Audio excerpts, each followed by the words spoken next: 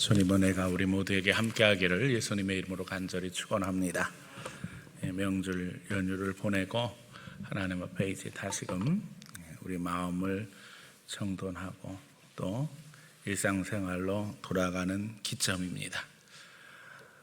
우리가 성장 10주간 목표를 가지고 우리 성장이란 주제로 말씀을 나눴고 오늘 이제 마지막 주입니다.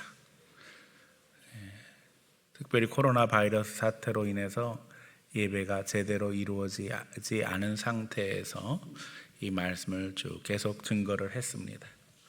그러면서 깨달은 것이 여러 도전이 있지만 하나님은 우리에게 성장하기를 원하시며 성장하게 하실 뿐만 아니라 도전 속에서도 이기게 하신다는 것을 깨닫고 있습니다. 다음 주에는 이 10주를 다 한꺼번에 정리할 수 있는 기회, 종합 정리편을 말씀으로 나누려고 합니다. 오늘 이제 10주째 마지막 시간인데요. 여러분 집중하기 원하며 또 그 가운데 은혜 받기 원합니다. 오늘 왜 그리스도인들에게 자유라는 단어가 그렇게 중요한가?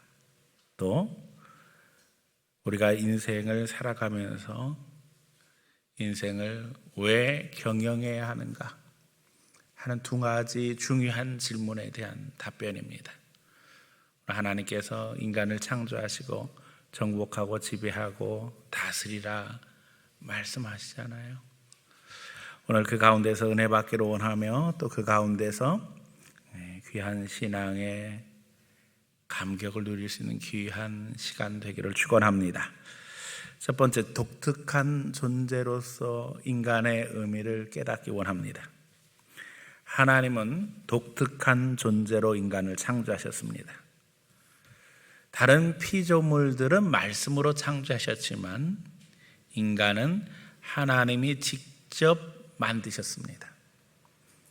손수 창조하셨을 뿐만 아니라 하나님의 형상과 모양을 따라 만드셨습니다. 그리고 이제 인간을 하나님과 교제할 수 있는 교제의 대상이 되게 하셨습니다. 그러기에 다른 피조물들과는 달리 오직 인간에게만 자유의지를 주셔서 인격적 존재로 살게 하셨습니다. 영적 존재라는 의미가 바로 여기에 있습니다. 다른 피조물들과는 완전히 구별되어지는, 우리가 인간은 영적 존재라는 이야기를 할 때에 그 영적 존재라는 의미는 하나님과 교제할 수 있는 존재이며 또 하나님께서 다른 피조물들과 달리 인간에게만 자유의지를 주셨다는 겁니다. 우리는 창세기 3장 에덴 동산의 이야기를 잘 알고 있습니다. 하나님께서 에덴 동산 중앙에 선악을 알게 하는 나무를 만들어 놓으셨습니다. 그리고 먹는 날에는 죽는다 말씀하셨어요.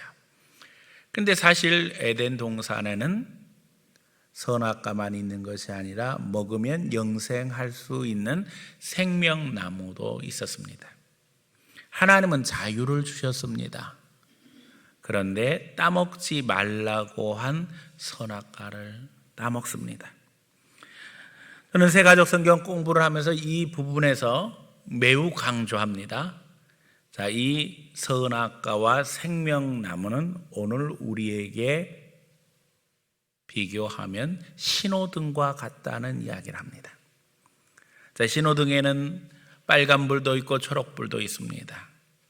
자, 빨간불은 가면 안 됩니다. 그러나 초록불일 땐 갑니다. 선택할 수 있습니다. 그러나 여러분, 결과는 어떻게 되어지는 거예요? 책임져야죠. 빨간불인데 갔으면 사고 나면 책임져야 되는 겁니다. 이게 바로 선택의 자유입니다. 그러나 우리가 안타깝게도 잘 아는 것처럼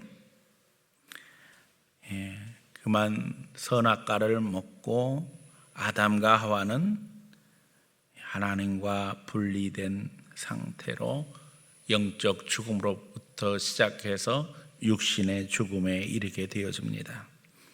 그래서 우리는 늘 생각하지요. 왜 하나님이 선악과를 만들어 놓으셨을까? 차라리 안 만들으셨으면 더 좋았을 텐데. 이유는 간단합니다. 하나님께서 우리에게 자유, 선택의 자유를 가르치심으로 말미암아 영적인 존재로, 하나님과 교제의 존재로 성장하기 원하셨다는 겁니다. 하나님은 우리가 선악과를 선택함으로 잘못된 길을 갈 줄 이미 아셨을 거라고 저는 믿습니다. 그렇다면 하나님이 우리만큼 지혜롭지 못하셔서 선악과를 만드신 걸까요? 아닙니다. 그걸 통해서 뭐를 원하신다고요? 성장. 자유가 얼마나 중요한지, 우리가 선택하는 것이 얼마나 중요한지 거기에는 책임이 뒤따른다는 것을 분명히 알기를 원하셨지요. 하나님의 사랑이 귀한 것은 사실은 인간은 책임질 수 없는 연약한 존재입니다. 그게 결국 누가 책임져요? 하나님이 책임지시지요. 예수님을 보내주심으로 우리의 죄값, 우리가 배신한 대가를 예수님이 십자가에서 대신 치러주시지 않습니까? 인간은 하나님이 미리 말씀하셨는데도 불구하고 하나님을 불신하고 하나님의 말씀을 어기고 잘못된 선택함으로 결국 하나님과 분리된 비참한 상태에 이르게 되어지고 생명과 자유를 상실하는 저주스러운 존재로 살아가게 되었습니다. 이미 말씀드린 것처럼 하나님은 이미 예견하셨는데도 불구하고 예수 그리스도를 통한 구원의 길을 준비하셨고 최후 책임은 하나님이 지심으로 말미암아 우리가 온전한 하나님의 백성으로 세워지도록 인도하셨다는 겁니다. 이 과정에서 하나님은 모든 인류를 향해 자유의 중요함을 가르치십니다. 영적 존재이며 인격적 존재로서 인간에게 선택의 자유는 너무나도 중요한 것이기에 하나님은 이 자유를 우리에게 주시기 위해 지금도 계속해서 교훈하시며 또 훈련시키시며 결단하게 하신다는 것입니다. 하나님은 우리가 하나님의 명령대로 절대 순종하는 로봇 같은 존재로 우리를 만들지 않으셨습니다. 자유 속에 선택하고 결단하게 하심으로 선악을 분별하게 하시고 하나님과의 교제의 대상으로 성장하기를 지금도 원하고 계십니다. 그러기에 자유를 존중하는 이 사상은 기독교 사상의 핵심 진리입니다. 우리 헌법에서 자유민주주의 국가라는 표현에서 자유를 절대 빼서는 안 된다고 하는 기독교인들의 주장이 이와 같은 이유에서 가능한 것입니다. 이제 이 자유를 회복시키기 위해서 예수님은 우리를 위해서 십자가에서 죽으신 것입니다. 그래서 성경은 이야기하죠. 진리가 너희를 자유케 하리라. 이 진리가 뭐예요? 하나님의 아들이신 예수님께서 우리를 위해서 십자가에서 죽으셨다는 겁니다. 십자가의 죽으심으로 말미암아 우리의 지위가 하나님의 자녀로 회복되어져서 종이 아니고 하나님의 자녀로 살아가게 됨으로 말미암아 자유를 누리게 되었다는 거지요. 마귀는 우리의 자유를 빼앗으려고 합니다. 하나님의 말씀에 도전하는 것을 자유로 착각하게 합니다.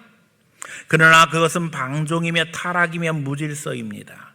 이게 마귀가 원하는 세상이지요. 마귀는 지배하고 통제하고 사람을 자기 수하에서 벗어나지 못하게 하려고 합니다. 온갖 방법을 다 동원합니다. 우리 가운데 불신앙을 동원하기도 하고 적대심을 동원하기도 합니다. 선입관을 심어놓고 우리의 고집을 자극합니다. 마귀는 역사 이래로 타락한 인생을 좌우하며 바벨탑을 쌓게 만들었고 거대 권력의 배후에서 인간의 자유를 빼앗고 종으로 살 수뿐이 없도록 조작하며 하나님의 선하신 뜻에 지금도 계속해서 도전하고 있습니다. 기독교는 종교개혁 이후에 잘못된 통제와 억압에 대항하여 왔으며 무엇보다도 인간의 자유, 특별히 신앙의 자유, 양심의 자유를 신앙의 신조로 세워왔습니다. 그래서 이 양심의 자유는 장로교 12신조의 핵심적인 부분을 이루고 있습니다. 진리가 너희를 자유케 하리라 하신 주님의 말씀을 우리가 마음속 깊이 담아야 할 줄로 압니다. 이 자유 속에 우리가 정복하며 지배하며 다스리며 번성하는 하나님의 축복이 담겨져 있는 것입니다. 이 자유의 정신이 대한민국 헌법에도 그대로 반영되어 있습니다. 대한민국이 건국되어질 때 건국의 아버지들은 이 나라가 기독교 국가로 서기를 원했고, 그리고 그것이 하나님의 축복이라고 믿었기 때문에 이 자유 정신을 핵심적인 요소로 세웠던 것입니다. 어떤 이유에서도 통제가 정당화되어서는 안 됩니다. 이것이 하나님이 주신 인권의 기본입니다. 북한에서 카드 섹션 할 때 보면 아리랑 공연한다고 그래서 엄청나게 많은 사람들이 와서 그냥 순식간에 카드를 돌려가면서 그림도 만들어내고 구호도 만들어내는 걸 봅니다. 그래서 많은 사람들이 감탄합니다. 하지만 그 배후에 숨어있는 인권 탄압의 실체를 알게 되면 그것을 보는 것만으로도 거기에 참여하는 어린아이들에게 죄를 짓고 있는 것은 아닌가 하는 것을 점검하게 됩니다.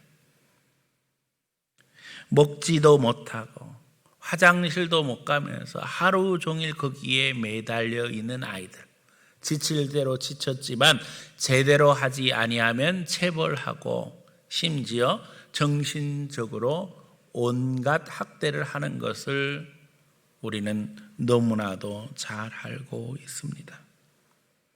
자유의 가치를 알고 자유를 누리며 이 자유를 지키기 위해 애쓰는 것이 기독교인의 성장 과정입니다. 특별히 내 자유가 다른 이의 자유를 침해하지 않도록 해야 한다는 겁니다. 내가 누리는 자유로 말미암아 다른 사람들의 자유가 억압되거나 혹은 피해를 당하지 아니하도록 하는 것이 우리 그리스도인들의 마땅한 도리라는 것입니다. 그래서 교회도 성도에게 또 국가도 국민에게 하나님이 그렇게 하신 것처럼 최대한의 선택을 제공하고 또 그런 가운데 하나님이 원하시는 국가, 하나님이 원하시는 교회를 세워갈 수 있다는 겁니다. 이게 장로교에서 만들어낸 국가의 기본 원리입니다. 전 세계에 자유민주주의를 세운 것이 장로교의 업적입니다. 그래서 교회는 정치가 제대로 운영되고 있는가를 감시할 수 있는 특권이 있는 거예요. 오늘 자유민주주의의 기본은 종교개혁의 원칙 속에서 세워진 것이고 신앙적인 관점으로부터 하나님 나라를 세우기 위해서 시작되어진 것이기 때문에 우리 기독교인들은 두 눈을 부릅뜨고 전 세계의 민주주의가 제대로 실천되어지고 하나님이 우리에게 주신 이 자유의 원칙들이 제대로 존중되고 있는가 늘 점검해야 한다는 겁니다. 그런데요, 마귀의 역사는 너무나도 교묘합니다. 목회를 하면서도요, 이런 유혹들은 끊임없이 옵니다. 목회를 하면서 가장 많이 질문받는 것이 뭔 줄 아세요? 교인들이 와서 저에게 질문하는 내용이요, 예수님이 어떤 분이세요? 하나님 어떤 분이세요? 이런 것들보다요, 실제로 오랫동안 목회를 하면서 가장 많이 질문받은 질문은 이겁니다. 목사님 어떻게 하면 좋겠어요? 뭘 어떻게 하라는 걸까요? 구체적인 상황과 형편은 달라도 제 답변은 늘 똑같습니다. 저와 신앙생활을 오래 한 분들은 잘 압니다. 저는 뭐라고 답합니까? 알아서 잘하세요. 왜요? 그건 여러분의 자유이기 때문에 그렇습니다. 율법적인 교회를 사람들은 체계적인 교회라고 착각합니다. 그래서 법을 잘 세워놓고 조직을 잘 만들고 그 조직대로 원칙대로 움직이는 교회에 사람들은 매력을 느낍니다. 하지만 우리가 아는 것처럼 율법은 종의 것입니다. 성경은 우리가 이제 하나님의 자녀로 율법에서부터 자유로워졌으며 하나님이 주시는 특권을 누리고 있는 걸 분명히 이야기하고 있어요. 저는 우리 성도들이 율법의 종되기를 원치 않습니다. 하나님이 주시는 자유로 말미암아 하나님이 맡겨주신 영역 안에서 기쁘고 즐겁고 행복하게 하나님이 주신 재능과 달란트를 활용해서 최고의 열매를 거두기를 원하고 그 가운데서 여러분이 가지고 있는 창조적인 모습들을 10분 발휘하기 원하는 것이 목회자의 간절한 마음입니다. 그리스도의 피로 우리는 종이 아니라 자유자가 되었습니다. 하나님의 자녀로서 우리는 자유를 누리며 이 자유는 하나님이 보장하신 것입니다. 누가 우리를 세상의 종으로 만들려고 하거든 우리는 거부해야만 합니다. 우리는 하나님의 자녀입니다. 더욱이 내 자녀가 이미 강조한 것처럼 다른 이의 자유를 침해하지 않도록 서로 존중하고 배려하는 것이 신앙의 원칙입니다. 어느 집단이나 지도자나 영향력 있는 사람도 예외가 돼서는 안 됩니다. 자유자를 종으로 만드는 것처럼 나쁜 죄는 없습니다. 목회를 하면서 어떤 지침을 내려야 하는 경우가 있습니다. 그런데 거기서 지침을 따라서 행동하는 일을 보면서 성취감이나 쾌감을 느낄 때가 있습니다. 그때 저는 회개합니다. 내가 자꾸 목회의 주인인 것 같은 착각이 오기 때문입니다. 예수님이 주인이 되셔야 하는데 목사가 어떤 지침을 내려서 교인들이 거기에 대해서 일사불란하게 움직일 때에 거기에 쾌감을 느낀다고요. 네. 그래서 회개하지요. 마치 무슨 앞잡이가 완장 차면 더 소리 지르고 사람들이 그 앞에서 쩔쩔매는 것처럼 목사가 완장 찬 것처럼 행동하면 곤란하잖아요. 목사의 사명이 뭐예요? 영혼을 세워주고 격려해주고 위로해주고 그런 가운데 하나님의 자녀로서 성장하도록 도와주는 겁니다. 처음부터 잘하는 사람은 아무도 없습니다. 아이들이 처음부터 말합니까? 뛰어다닙니까? 아니죠. 아무것도 못해요. 수없이 실수합니다. 엎어지고 제껴지고 깨지고 그러나 다 잘 걷게 되어져요. 말도 처음에는 잘못합니다. 그런데도 그 잘못하는 말을 보면서 우리는 너무 행복하죠. 왜요? 사랑하는 마음이 있기 때문입니다. 우리 성도들이 완벽할 수 없습니다. 그러나 너무나도 저는 자랑스럽습니다. 왜요? 사랑하기 때문에. 엎어지고 제껴지고 그래도 결국에는 하나님의 자녀로 성장해 가는 겁니다. 더욱이 그리스도인들은 마귀가 우리의 자유를 방종의 빌미로 만들려고 하고 있다는 것을 늘 경계해야만 합니다. 그래서 하나님의 뜻을 구하며 기도와 말씀 속에서 인도함을 받아야 한다는 것입니다. 예수님은 우리를 하나님의 자녀로 다시 세우며 죄와 사망의 권세에서 벗어나게 하시려고 더 종에서 자유자로 회복시키시기 위해서 십자가를 지시고 그 십자가에서 온갖 모욕과 멸시를 당하시고 거기에서 부활하심으로 말미암아 예수 생명 속에서 우리에게 그 생명을 누리는 자유를 주셨다는 것입니다. 이 위대한 축복을 포기하지 마시기 바랍니다. 예수님의 십자가를 헛되게 만들지 않기 원합니다. 우리가 예수 그리스도를 주로 고백함으로 말미암아 하나님의 자녀가 되었다는 것은 이 축복을 지금도 누리고 있으며 이 축복에 합당한 자로 살아가야 할 의무가 있다는 겁니다. 이 축복을 마귀에게 빼앗기지 아니하고 어떤 유혹이 와도 하나님의 자녀로서의 존귀함을 지켜나가며 그것을 잘 유지할 수 있는 귀한 성도들이 다 되어지기를 예수님 이름으로 간절히 축원합니다. 두 번째는 경영자로서의 인간입니다. 독특한 존재로서의 인간은 하나님의 유일한 대리자입니다. 하나님의 형상과 모양으로 만들어진 인간은 하나님을 대리해서 다른 피조물들을 지배하고 정복하고 다스릴 수 있는 특권을 받았습니다. 다스리고 지배할 수 있으며 정복하고 번성할 수 있는 이 경영의 특권을 오늘 우리가 어떻게 실천할 수 있을까요? 이것은 마음대로 파괴해도 된다는 것이 아닙니다. 그것은 하나님이 만드신 세상을 더 아름답게 만들 특권을 주셨다는 것입니다.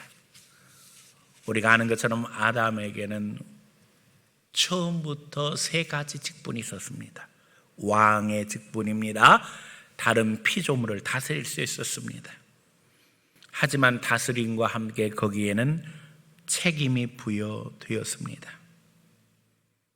왕의 직분뿐만 아니라 제사장의 직분이 있었습니다. 제사장으로 다른 피조물을 품어야 했습니다. 하나님이 우리에게 그렇게 하신 것처럼 다른 피조물을 대한 무한 책임이 인간에게 부여된 겁니다. 아담은 선지자로 다른 피조물들에게 특별한 권한을 갖고 있었습니다. 아담이 부르는 이름이 다른 피조물들의 이름이 되었습니다. 아담은 다른 피조물 속에도 역사하시는 하나님의 뜻을 깨닫고 그것으로 풍성한 삶을 만들 수 있는 능력을 갖게 되었습니다. 그러나 우리가 아는 것처럼 아담과 하와가 잘못된 선택을 함으로 말미암아 이 모든 특권을 상실하게 되지요. 이제 예수 그리스도로 말미암아 회복된 성도들은 하나님의 자녀로 주신 특권을 누리며 경영하는 삶을 살아야 합니다. 어제 전도서 말씀이 있는데 보니까 그런 말씀이 있더라고요. 풍세를 살피는 자는 아무것도 하지 못한다는 거예요. 비 오면 어떡하나, 바람 불면 어떡하나, 아무것도 할 수 없다는 거죠. 우리는 이것도 하고 저것도 해야 된다는 거예요. 이게 안 되면 저것이 될 수 있고 저것이 안 되면 이것 될 수 있지 않느냐. 둘 다 될 수도 있는데 왜 아무것도 하지 않느냐. 솔로몬이 우리에게 하는 이야기입니다. 하나님이 우리에게 주신 상황 속에서 우리 그리스도인들은 최선을 다하는 것이 중요합니다. 특별히 하나님이 믿는 자들 누구에게나 각양 좋은 은사와 재능을 허락하셨습니다. 각각에게 주신 영역이 있습니다.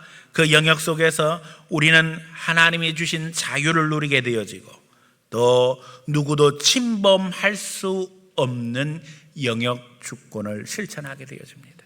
내게 주신 영역 속에서 하나님의 주인 되심을 고백함으로 말미암아 하나님의 자녀로서 누리는 특권이 있게 되어지고 그 가운데 하나님의 영광을 드러낼 사명이 있다는 것입니다.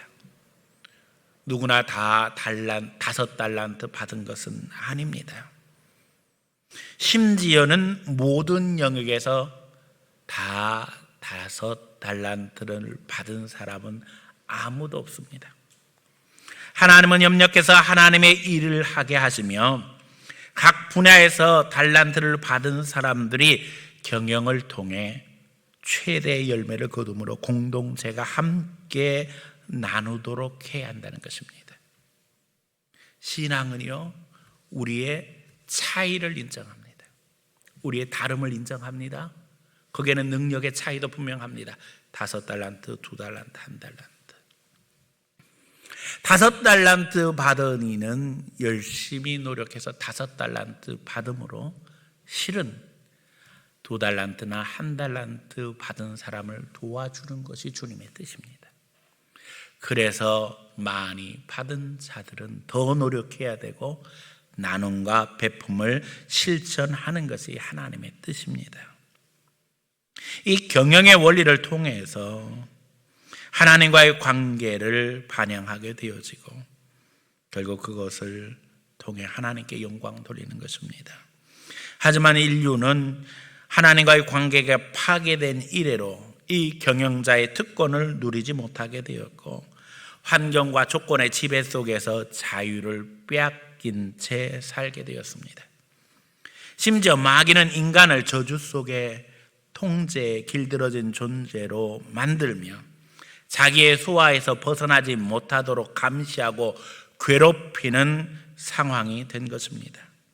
마귀의 마치 기계의 부속처럼 인생이 살도록 마귀는 인간의 자존감을 망가뜨리고 괴롭히며 서로 적도하게 만들고 쓸데없는 경쟁심을 심고 있는 것이 오늘 우리의 현실이 되고 말았습니다. 여러분, 예수님의 마음으로 서로를 사랑하며 예수님의 권세로 마귀 역사를 제어해야만 합니다.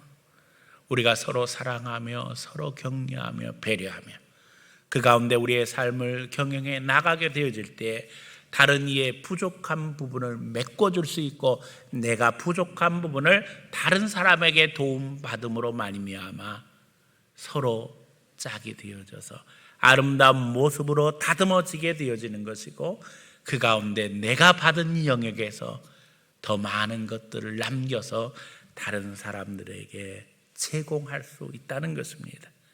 사실은 이것이 자유무역의 기초가 되어진 거예요. 그래서 민주주의와 자본주의가 교회 안에서 제공한 신앙적 원칙 속에서 출발하게 되어진 것이고 오늘 21세기 현대를 살아가는 전 세계 모든 인류에게 어떻게 생각하면 삶의 토대를 만들어 줌으로 말미암아 기독교는 모든 인류가 하나님이 주신 축복 속에서 이 은혜를 나누도록 만들었다는 것입니다. 우리 신앙은 너무나도 고귀한 것입니다. 하나님이 주시는 이 축복된 은혜를 함께 누리며 함께 증거하며 함께 교제하는 귀한 역사가 날마다 우리에게 함께하기를 예수님 이름으로 간절히 축원합니다. 세 번째는 자유의 회복입니다.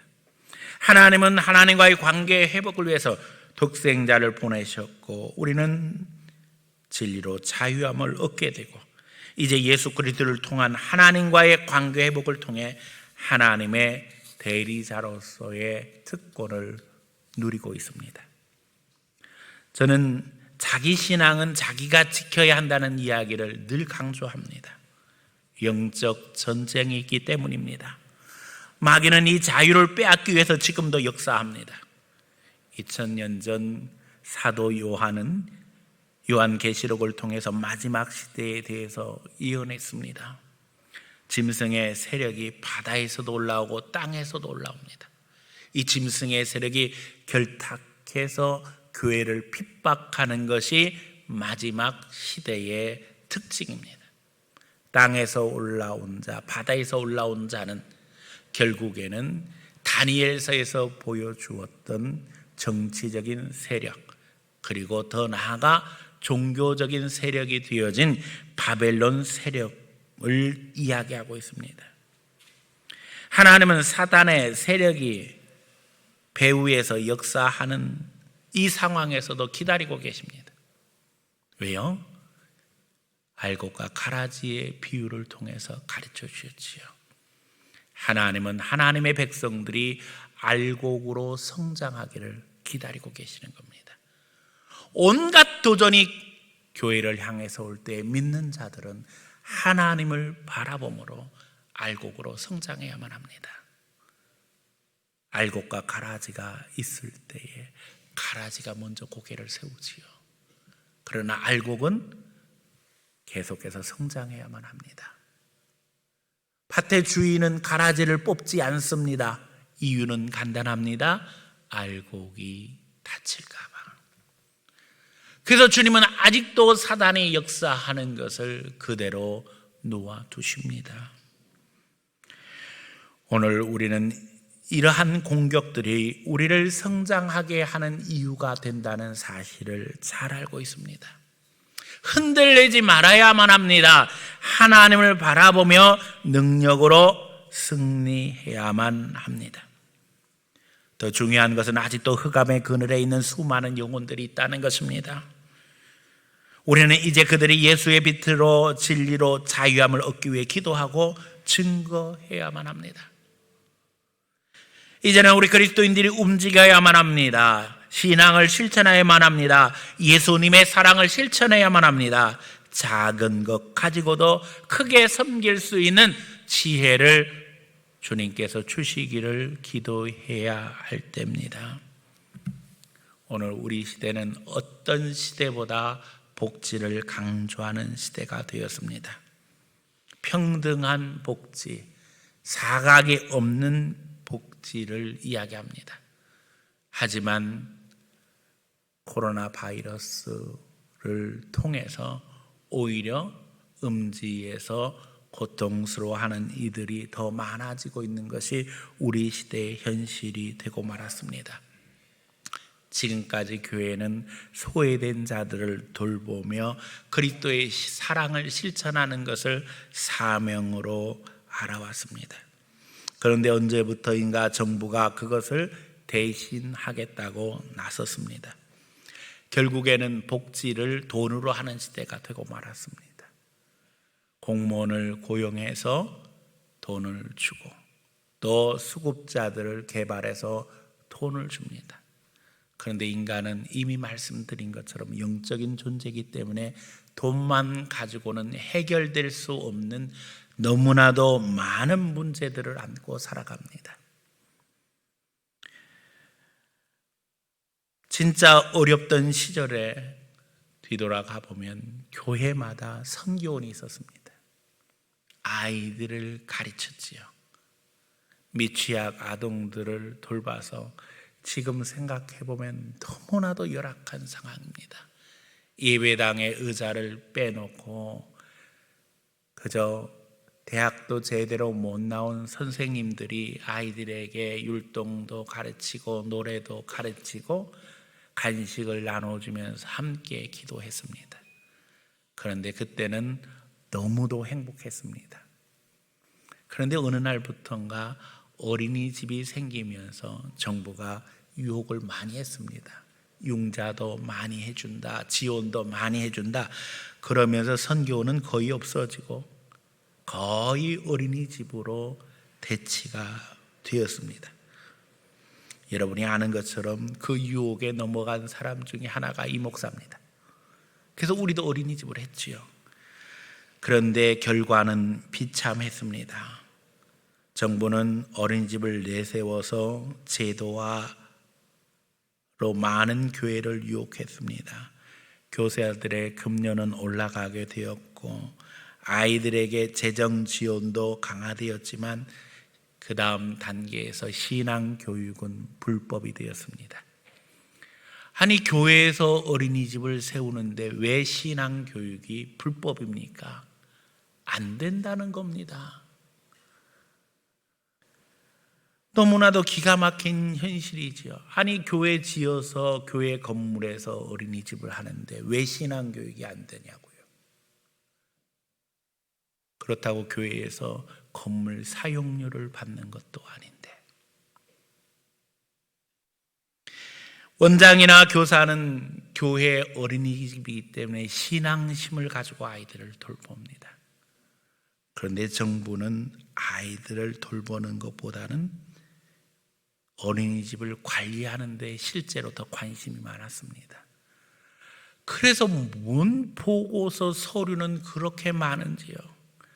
아이들을 돌보는 것보다 그 보고서 서류 만드는 데 더 많은 시간을 할애하고 교사나 원장들은 지쳐가기 시작했습니다. 정부의 법에 맞춘 서류를 만드는 일에 더 많은 시간을 할당하게 되었습니다. 이게 정부 복지의 현실입니다. 그래서 그냥 제가 어린이집을 닫아버렸습니다. 네. 그런데 지금은 어린이집을 닫는 것도 마음대로 안 된다고 하더라고요. 노인복지의 현실도 안타깝게 그지없습니다. 국민들은 한 푼이라도 혜택을 보기 위해서 대책을 세우기 시작했습니다. 등급을 받기 위해서 병든 부모님을 훈련시킵니다. 어머니, 공무원 오거들랑 내가 몇 살이라고 물어보면 그냥 7살이라고 하세요. 아직 좀 그래도 치매가 덜 온 어머니는 그 말이 무슨 말인 줄 압니다. 어머니, 그게 절 도와주는 거예요. 그냥 7살이라고 하세요. 그러면 알았어. 그리고 공무원이 와서 할머니 몇 살이세요? 물어보면 7살? 그러면 등급 받습니다.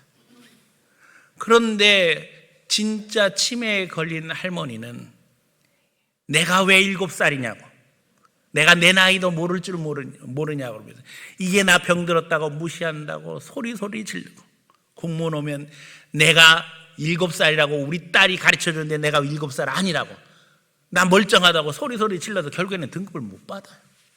이게 현실이에요. 안타깝게 그지없지요.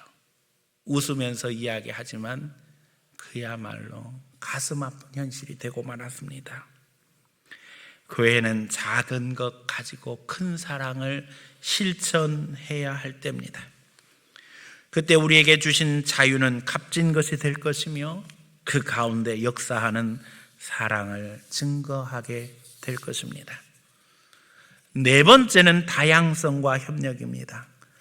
성경은 인간의 다양성이 하나님의 천지 창조 원리임을 분명하게 이야기하고 계셔요.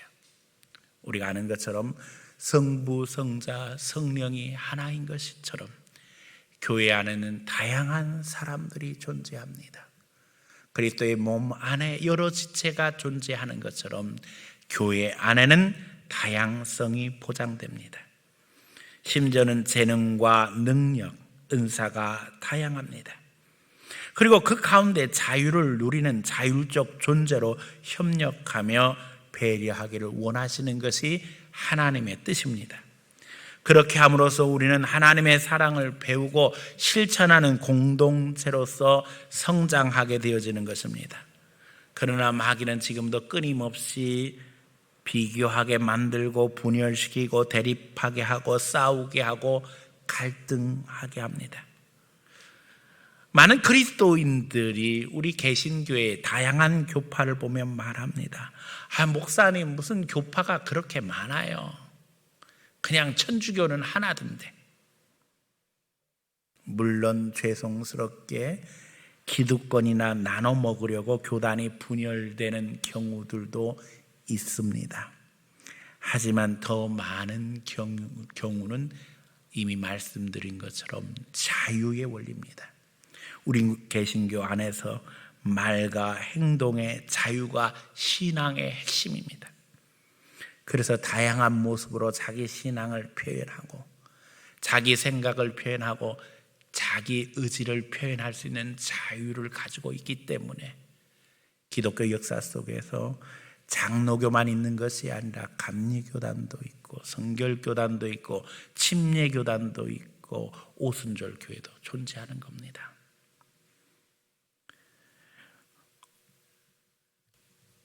동짓날 키 걸어두면 귀신이 와서 키에 올세다가 날새서 도망간다고 그러지요.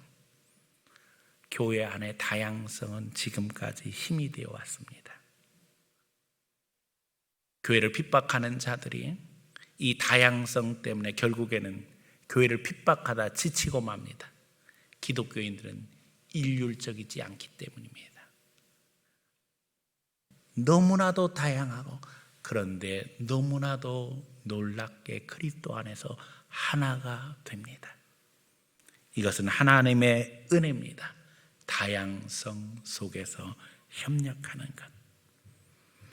그러므로 앞으로는 이 다양성을 자랑해야만 합니다. 세상 사람들이 왜 기독교는 교파가 그렇게 많으냐고 이야기할 때에 여러분 앞으로 이야기하시기 바랍니다. 백화점에 가면 여러 가지 있잖아.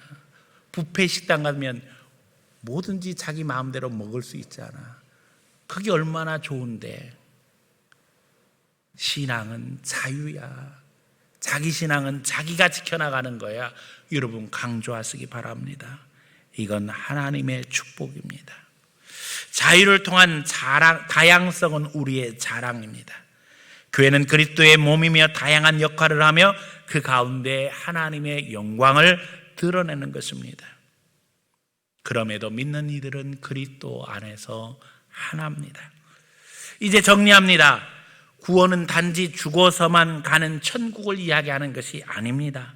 이 땅에서도 하나님의 은혜를 누리며 하나님의 자녀로 살아가는 것입니다. 이 세상 살아가는 동안 우리는 하나님의 자녀로 계속 성장해 가는 것입니다.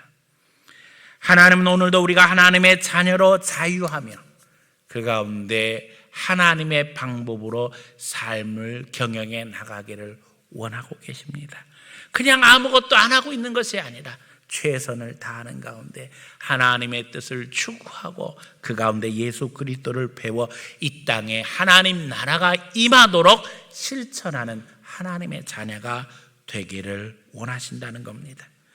섬기며 사랑하며 실천하되 그리스도의 핏값으로 산 이 자유를 헛되게 만들지 말고 누리며 살아가는 성도들 되시기를 축원합니다. 악한 세력 예수의 이름으로 내쫓고 이제는 내 마음의 세계를 품고 인류를 경영하는 하나님의 거룩한 자녀로 믿음의 큰 역사 이루기를 예수님 이름으로 간절히 축원합니다.